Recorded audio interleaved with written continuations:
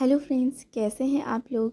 आज के इस वीडियो में हम ये बहुत ही प्यारा सा क्रॉस बॉडी बैग बनाएंगे। बहुत ही सिंपल सा ये डिज़ाइन है और मैंने हर स्टेप आपको डिटेल में समझाया है, तो वीडियो को आप आखिर तक ज़रूर देखिएगा। एक बार ही आप वीडियो को पूरा देखकर ये क्रॉस बॉडी बैग खुद ही घर पर आसानी से बना सकते हैं।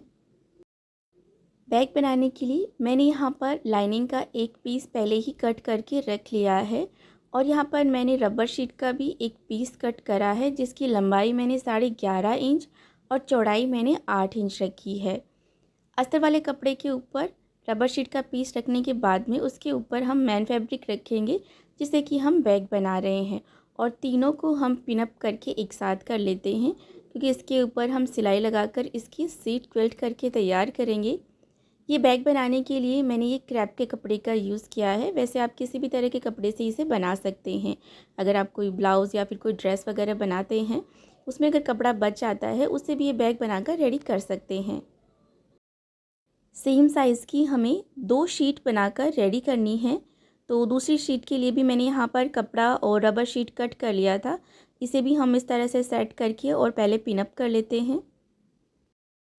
मैंने यहाँ पर बैग का कपड़ा और अस्तर का कपड़ा जो है वो रबर शीट से चारों तरफ से थोड़ा थोड़ा एक्स्ट्रा ही कट करा है, क्योंकि हम इसके ऊपर सिलाई लगाएंगे तो कई बार कपड़ा जो है थोड़ा इधर उधर हो जाता है, तो वो एडजस्ट हो जाता है। इसलिए थोड़ा थोड़ा लगभग आधा इंच ही एक्स्ट्रा ही कट करें, बाद में हम इसे बराबर से कट कर लेंगे।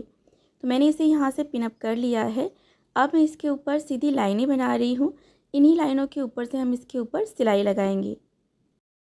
अगर आप बिगिनर हैं तो आप लाइनें ज़रूर से बनाएं, इससे बिल्कुल सीधी सिलाई लगती है और फिनिशिंग के साथ में ये शीट बनकर रेडी हो जाती है।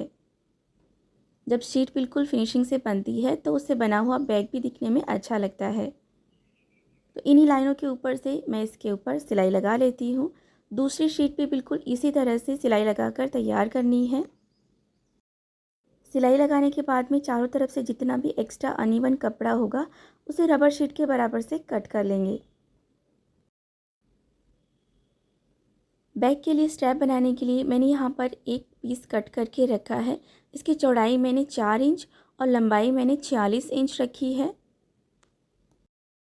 इसके ऊपर जोड़ लगाकर मैंने ये लंबी पट्टी तैयार करी है। रबर शीट से भी मैंने यहाँ पर एक पीस कट करा है। इसकी चौड़ाई मैंने 1 इंच और लंबाई मैंने 46 इंच रखी है। इसे हम बैग के लिए स्ट्रैप बनाकर रेडी करेंगे।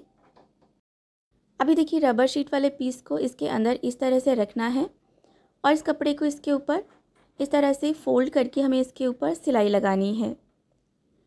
तो बैग के लिए जो हम स्ट्रैप बना रहे हैं, इसमें हम रबर शीट इसलिए लगा रहे हैं ताकि स्ट्रैप जो है वो थोड़ी मोटी बने और मजबूत बने और दिखने में भी अच्छी लगती है। अगर आपके पास में जो कपड़ा है वो मोटा है तो आपको इसमें रबर शीट लगाने की ज़रूरत नहीं पड़ेगी, लेकिन मैं यहाँ पर क्रैप के कपड़े का यूज़ कर रही हूँ, इसलिए मैं इसके अंदर रबर शीट लगा रही हूँ।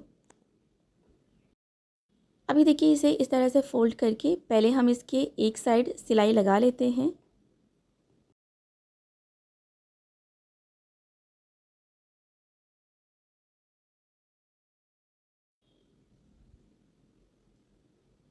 तो ये मैंने एक साइड तो इसके ऊपर सिलाई लगा ली है। अब हम इसके ऊपर दूसरे साइड से भी किनारे पर सिलाई लगा लेते हैं।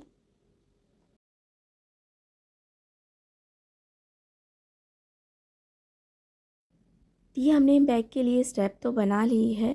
अभी हम बैग के लिए फ्लैप बनाकर रेडी करेंगे। तो मैंने यहाँ पर आयरन ऑन इंटरफेसिंग के 2 पीस कट करके रखे हैं। चौड़ाई मैंने 6 इंच और लंबाई मैंने 8.5 इंच रखी है। सेम साइज़ के मैंने यहाँ पर ये 2 पीस कट करे हैं। इसी तरह से मैंने बैग के लिए जो कपड़ा था उसमें से भी 2 सेम साइज़ के पीस कट कर लिए हैं। अभी देखिए, कपड़े का उल्टा साइड हम ऊपर की तरफ करके रखेंगे और यहाँ पर आयरन ऑन इंटरफेसिंग का जो चिकना साइड है, जिस तरफ ग्लू होता है, उसे कपड़े की तरफ करके और इसके ऊपर हम आयरन कर लेंगे, जिससे कि कपड़े के ऊपर अच्छी तरह से चिपक जाएगा। ये मैंने इसके ऊपर आयरन करके इसे चिपका लिया है और चारों तरफ से जितना भी एक्स्ट्रा कपड़ा था उसे भी मैंने बराबर से कट कर दिया है। अभी देखिए, साइड से हम इसके ऊपर 1 सेंटीमीटर पर निशान लगाएंगे और यहाँ से लाइन बना लेते हैं। इस साइड भी 1 सेंटीमीटर पर निशान लगाकर सीधी लाइन बना लेंगे। इस साइड भी बिल्कुल इसी तरह से 1 सेंटीमीटर पर निशान लगाकर मैंने यहाँ से इसके ऊपर लाइन बना ली है। एक ग्लास लिया है जिसका डायामीटर 3 इंच है। इसे कॉर्नर पर इस तरह से रखना है और हल्की सी गोलाई में मार्किंग कर लेनी है। अभी देखिए दूसरा पीस जो है उसे सीधा रखना है। दोनों के सीधे साइड एक दूसरे की तरफ करके रखेंगे और यहाँ पर हमने जो मार्किंग करी है इसी मार्किंग के ऊपर से हम इसके ऊपर सिलाई लगा लेते हैं।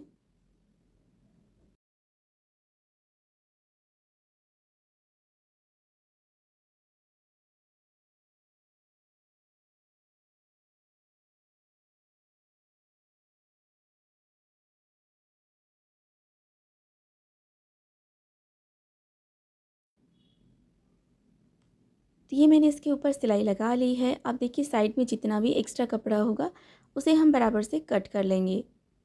तो यहाँ पर कॉर्नर को हमने हल्का सा गोलाई में बराबर से कट कर दिया है। अब कॉर्नर के ऊपर हम इस तरह से छोटे छोटे से नॉचेस लगाएंगे, क्योंकि हम इसे सीधे साइड पलटेंगे।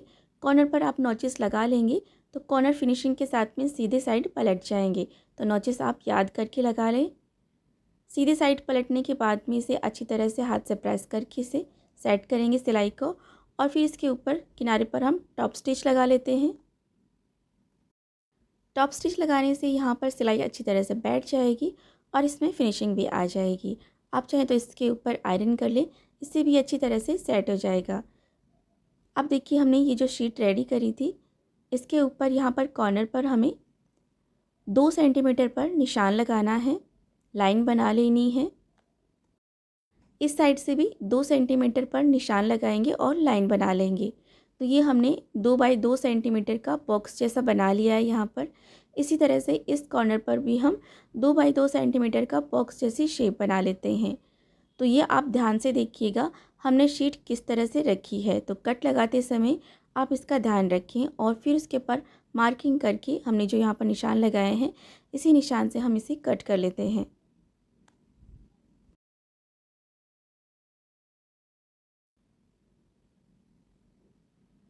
इसी तरह से हमने जो दूसरी शीट हमने रेडी करी थी इसके भी यहाँ से कॉर्नर पर हमें सेम साइज़ में कट लगा लेना है। और यहाँ पर मैंने अस्तर के लिए भी 2 पीस कट करे हैं, सेम साइज़ के, सीट की साइज़ के रखे हैं और कॉर्नर पर भी हमने बराबर से इसके ऊपर कट लगा लिया है। अब यहाँ पर देखिए एक शीट लेंगे और यहाँ से इसका सेंटर पॉइंट निकालेंगे। यहाँ पर हम इसके ऊपर फ्लैप अटैच करेंगे, तो फ्लैप का भी हम सेंटर पॉइंट निकाल लेते हैं और दोनों के सेंटर पॉइंट को आपस में मिलाते हुए बराबर से रखना है और यहाँ से सिलाई लगाकर इसे हमें यहाँ से अटैच कर लेना है।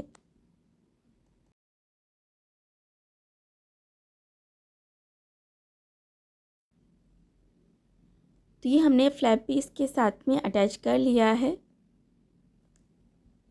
अभी देखिए दूसरा सीट लेंगे, दोनों के सीधे साइड एक दूसरे की तरफ करके रखेंगे, बराबर से पकड़ना है और यहाँ से इसके ऊपर सिलाई लगा लेनी है।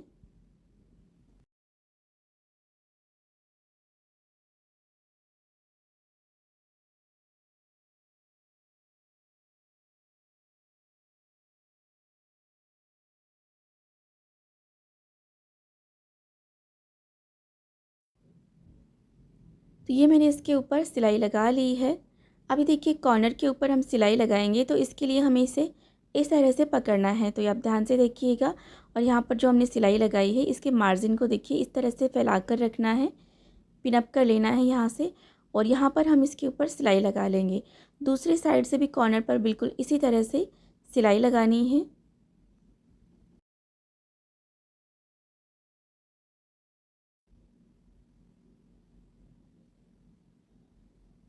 दोनों कॉर्नर के ऊपर हम सिलाई लगा लेते हैं।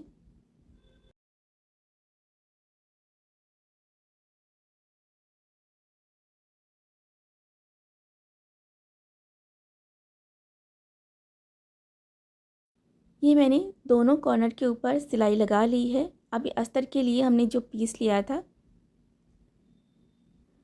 दोनों को हमें एक दूसरे के ऊपर बराबर से रखना है और इसके ऊपर भी हमें सिलाई लगानी है। यहाँ से थोड़ा सा पार्ट हम ओपन छोड़ेंगे जिसके ऊपर हम सिलाई नहीं लगाएंगे। यहाँ से हम बैक को राइट साइड में टर्न करेंगे, इसलिए थोड़ा पार्ट हम ओपन रखेंगे। अभी देखिए साइड से इसके ऊपर सिलाई लगा ली है। अब यहाँ से सिलाई लगाएंगे। यहाँ पर हमने जो मार्किंग करी है बस यहीं तक हमें सिलाई लगानी है।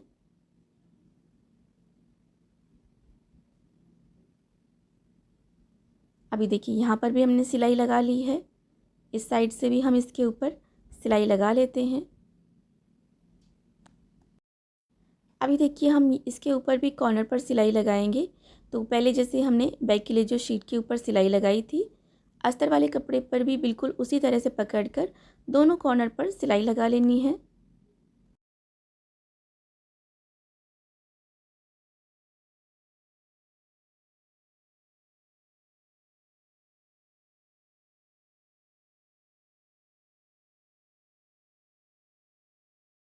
तो ये हमने अस्तर वाले पीस पर भी दोनों कॉर्नर के ऊपर फिनिशिंग से सिलाई लगा ली है।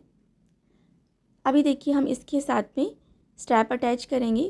तो यहाँ पर साइड में हमने जो सिलाई लगाई थी इसी के ऊपर बिल्कुल बराबर से रखना है, सेंटर पॉइंट निकाल कर, और दोनों साइड हमें स्ट्रैप को बराबर से रखकर इसे पिन अप कर लेना है।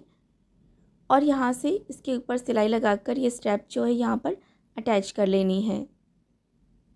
तो सिलाई लगाते समय आप ध्यान रखें, बिल्कुल हमने जो सिलाई लगाई है वहाँ से हमें स्ट्रैप का बिल्कुल सेंटर करके और फिर सिलाई लगानी है।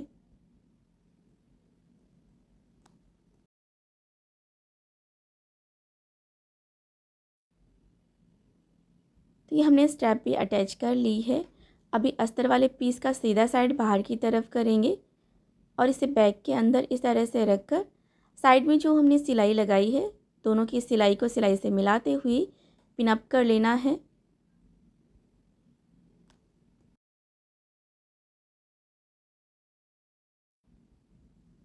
और अब यहाँ से हम इसके ऊपर सिलाई लगा लेते हैं।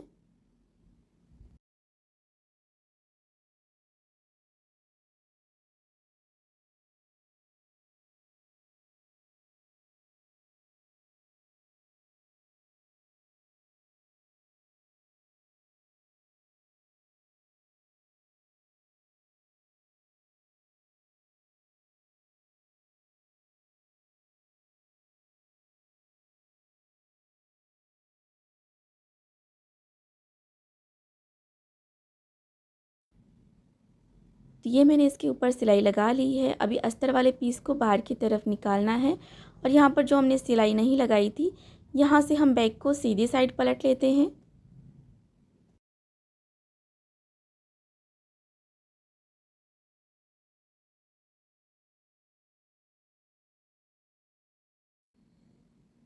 कॉर्नर भी हम अच्छी तरह से बाहर की तरफ निकाल लेते हैं। अभी देखिए यहाँ पर जो हमने थोड़ा सा पार्ट ओपन छोड़ा था यहाँ पर हम सिलाई लगाकर इसे बंद कर देते हैं।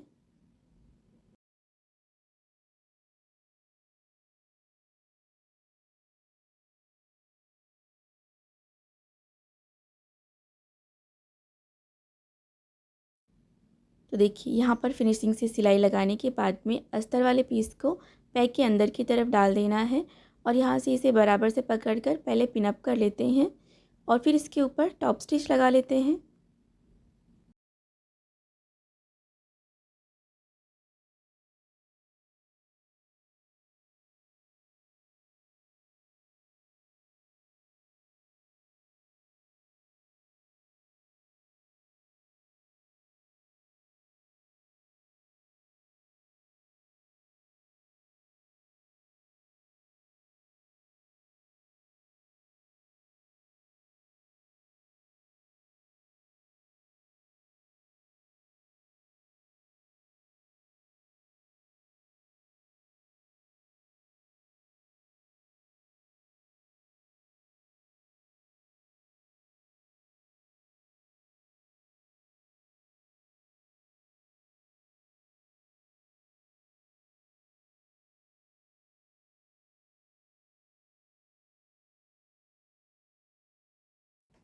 तो देखिए फिनिशिंग के साथ में इसके ऊपर ये टॉप स्टिच भी हमने किनारे पर लगा ली है।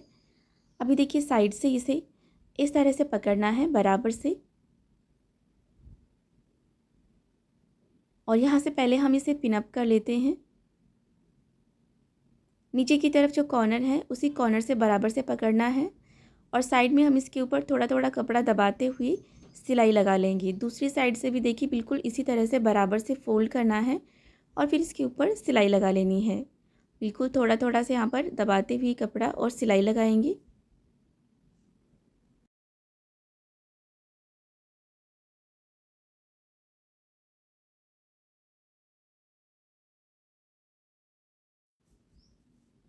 तो देखिए ये हमने इसके ऊपर सिलाई लगा ली है फिनिशिंग के साथ में। बिल्कुल इसी तरह से दूसरी साइड भी सिलाई लगा लेनी है। तो देखिए बैक की दोनों साइड हमने बिल्कुल बराबर से ये सिलाई लगा ली है। अभी हम फ्लैप के ऊपर स्नैप बटन अटैच करेंगे। तो इसके लिए सबसे पहले इसका सेंटर पॉइंट निकालेंगे। जहाँ पर भी आपको स्नैप बटन अटैच करना है वहाँ पर आप मार्किंग कर लें। फ्लैप को बिल्कुल अच्छी तरह से सेट करें और फिर बैक के ऊपर भी बराबर से मार्किंग उठा लें। अभी हम इसके ऊपर स्नैप बटन अटैच करेंगे। तो मेरे पास में ये स्नैप बटन टूल किट है जो कि मैंने ऑनलाइन मंगवाया था। आप भी इसे ऑनलाइन मंगवा सकते हैं। इससे फिनिशिंग के साथ में और फटाफट ये स्नैप बटन अटैच हो जाते हैं।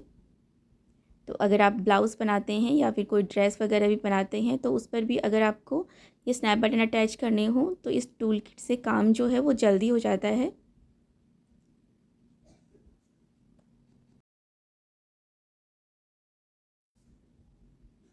ये मैंने बैक के ऊपर स्नैप बटन भी अटैच कर लिए हैं और इस तरह से ये हमारा बहुत ही प्यारा सा क्रॉस बॉडी बैग बनकर रेडी हो गया है। बहुत ही इजी है ये डिज़ाइन। आप भी इसे ज़रूर से ट्राई कीजिएगा और आपको हमारा आज का ये वीडियो कैसा लगा हमें कमेंट बॉक्स में लिखकर ज़रूर बताइएगा। वीडियो देखने के लिए धन्यवाद।